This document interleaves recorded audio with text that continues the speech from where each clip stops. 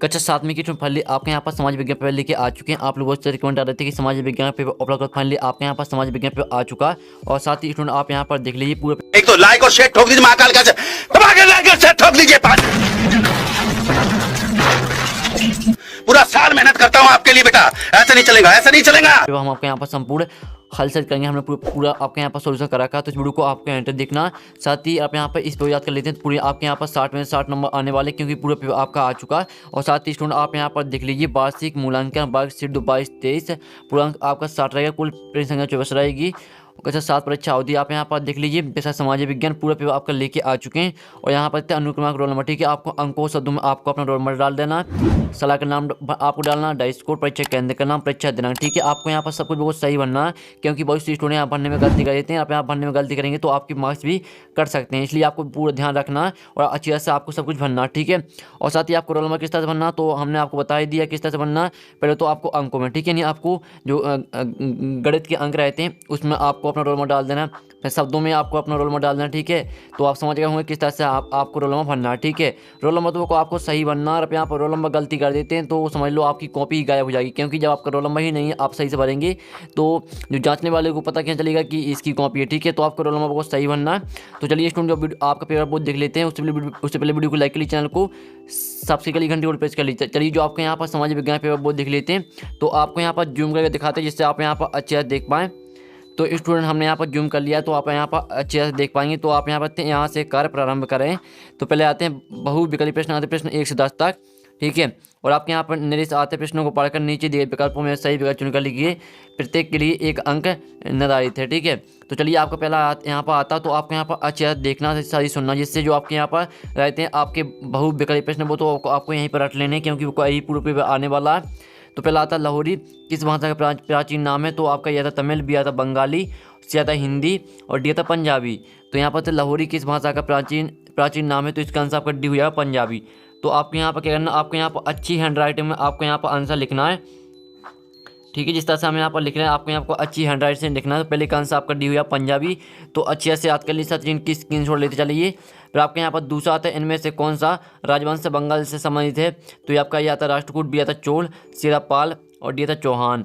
तो इनमें से कौन सा राजवंश बंगाल से संबंधित है, तो इसका आंसर आपको हो जाएगा यहाँ पर सी पाल, ठीक है। पाल आपको यहाँ पर लिख देना, आप यहाँ पर देख लीजिए। और साथ ही हमने आपको पहले बता दिया आपको यहाँ पर अच्छी हैंड राइटिंग में लिखना है, जिससे आपको पूरी मार्क्स दिए जाएँ। जो भी सर आपकी कॉपी जांचेगा मैम, तो आपको यहाँ पूरी मार्क्स देंगे, आप यहाँ पर अच्छी हैंड राइटिंग से लिखते हैं, ठीक है। फिर आपका तीसरा आता है एबन बतूता देश से भारत आया, ठीक है। तो चलिए इसको ऑप्शन में बहुत देख लेते हैं, उससे पहले इसकी जो स्क्रीनशॉट है वो आप ले लीजिए, ठीक है। हमने पहला दूसरा करा दिया। अब यहाँ पर आपके तीसरे के यहाँ पर 4 ऑप्शन आते हैं, मोरक्को और बी आता लीबिया और सी आता आपको सूडान और डी आता मिस्र। तो इसका आंसर आपका यहाँ पर तीसरे का आपका ये हो जाएगा आंसर मोरक्को, ठीक है। आप यहाँ पर देख लीजिए, हम आपको यहाँ पर लिख के दिखा रहे हैं। और साथ ही हमने आपको पहले ही बता दिया आपको यहाँ पर अच्छी हैंड राइटिंग में लिखना है, जिससे आपको पूरी मार्क्स मिल सकें। फिर आपके यहाँ पर चौथा आता आसफ शाह ने हैदराबाद राज्य की स्थापना में की, तो 17वीं शताब्दी में की, 18वीं शताब्दी और सी आता 19वीं शताब्दी और डी आता 20वीं शताब्दी। तो आसफ शाह ने हैदराबाद राज्य की स्थापना में की, तो इसका आंसर आपको हो जाएगा 18वीं शताब्दी। आपका यहाँ पर चौथे का आपका बी आंसर हो जाएगा यहाँ पर 18वीं शताब्दी। और जैसा लिखा है आपका क्वेश्चन आपको कौन सा यहाँ पर लिखना है, ठीक है। आपको यहाँ पर लिखने में गलती नहीं करना, आप यहाँ पर देख लीजिए। अब चलिए आपके यहाँ पर आता है 5वां, इनमें से कौन सा पर्यावरण के लिए खतरा है, तो आपका यह था पद वृद्धि, बी आता जनसंख्या वृद्धि और सी आता फसल वृद्धि और डी आता इनमें से कोई नहीं। तो इनमें से कौन सा पर्यावरण के लिए खतरा है, तो इसका आंसर आपका बी हो जाएगा जनसंख्या वृद्धि। तो आपके यहाँ पर लिख देना, आप यहाँ पर देख लीजिए जनसंख्या वृद्धि, ठीक है। इस तरह से आपके यहाँ पर आंसर आएगा, आपका यहाँ पर 5वें का आपका बी आंसर हो जाए जनसंख्या वृद्धि, ठीक है। अब चलिए आपके यहाँ पर देख लेते हैं आपका 6वां। तो 6वां आता भूपृष्ठ की कुल क्षेत्रफल का कितना प्रतिशत भाग भूमि है, तो आपका यह था 90%, बी आता 30% और सी आता 60% और डी आता 10%। तो भूपृष्ठ के कुल क्षेत्रफल कितना प्रतिशत भाग भूमि है, तो इसके अनुसार आपका बी हो जाएगा 30%, ठीक है। आप यहाँ पर देख लीजिए, इस तरह से आपको यहाँ पर लिख देना है। तो हमने आपको 6वां भी करा दिया, जल्दी से आप इनकी स्क्रीनशॉट लेते चलें, जिससे आपको यहाँ रिवीजन करने में आसान जाएगी, ठीक है। आप स्क्रीनशॉट ले लीजिए, हमने 5वां करा दिया, 6वां करा दिया। आपका 7वां आता है, इनमें से कौन सी पृथ्वी की सबसे भीतरी परत है, तो ये आता परपाटी और बी आता मेटल, सी आता क्रोड और डी आता इनमें से कोई नहीं। तो इनमें से कौन सी पृथ्वी की सबसे भीतरी परत है, तो इसका आंसर आपका सी हो जाएगा क्रोड, ठीक है। तो यहाँ पर याद कर लीजिए, आपको यहाँ पर लिख देना क्रोड, ठीक है। अब चलिए आपके यहाँ पर आता है 8वां, हिमनद की निक्षेपण विशेषता है, तो आपका ये आता है यहाँ बाढ़कृत मैदान और बी आता है प्लेन, सी आता है हिमोड़ और डी आता है डेल्टा। तो यहाँ पर हिमनद की निक्षेपण विशेषता है, तो इसका आंसर आपका सी रहेगा हिमोड़। ठीक है, आपको यहाँ पर लिख देना हिमोड़। ठीक है, यहाँ पर देख लीजिए किस तरह से लिखना है। और साथ ही हमने आपको पहले ही बता दिया जिस तरह से यहाँ पर लिखा रहता है वो सेम आपको वैसा ही लिखना पड़ता है। आपको अपना एक्स्ट्रा दिमाग नहीं लगाना, आप यहाँ पे एक्स्ट्रा दिमाग लगाएंगे तो आप गलती ही करेंगे। ठीक है, फिर आपका 9 आता है उष्णकटिबंधीय सदाबहार वन का एक सामान्य जानवर है। तो इसके आपके 4 ऑप्शन आते हैं यहाँ पर, बंदर, और बी आता जिराफ, और सी आता ऊँट, और डी आता जेब्रा। तो इसका आंसर आपका 9वें का ए हो जाएगा बंदर। ठीक है, आपके यहाँ पर आपका 9वें का ये आंसर हो जाएगा बंदर। फिर आपके यहाँ पर आता है 10वां, इनमें से कौन सा संचार का माध्यम है? तो ये आता फ्रिज, बी आता मिक्सी, सी आता टीवी, और डी आता एसी। तो इनमें से कौन सा संचार का माध्यम है? तो इसका आंसर आपका सी रहेगा टीवी। ठीक है, आप यहाँ पर देख लीजिए इस तरह से आपका यहाँ पर आंसर आएगा आपका। हमने आपका 10वां भी करा दिया, तो फाइनली आपके जो बहुविकल्पी प्रश्न रहते हैं, प्रश्न 1 से 10 तक, वो हमें करा दिए। साथ ही आपने अच्छे से याद भी कर लिए होंगे। जल्दी से इनका स्क्रीनशॉट ले लीजिए। ठीक है, आपने स्क्रीनशॉट नहीं लिया तो ले लीजिए, और आपको पूरा रट लेना। अगर आप यहाँ पर इस पर रट लेते पूरी मार्क्स आप लाएंगे, क्योंकि वो आपके यहीं पर आने वाला। ठीक है, स्क्रीनशॉट आप ले लीजिए, हम आपको दिखा रहे हैं। अब चलिए आपके यहाँ पर आते हैं लघुत्तर प्रश्न आते हैं, प्रश्न 11 से 20 तक।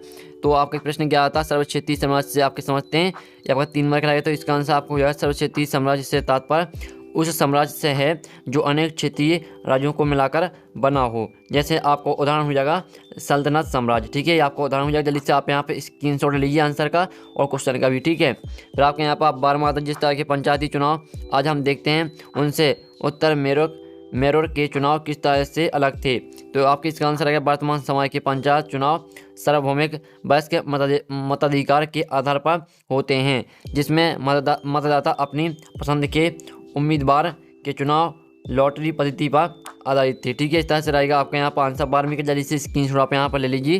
फिर आपका 13वां आता बहुमत से क्या आशा है? तो इसका आंसर रहेगा बहुमत शब्द का प्रयोग मतदान वोटिंग के संदर्भ में किया जाता है।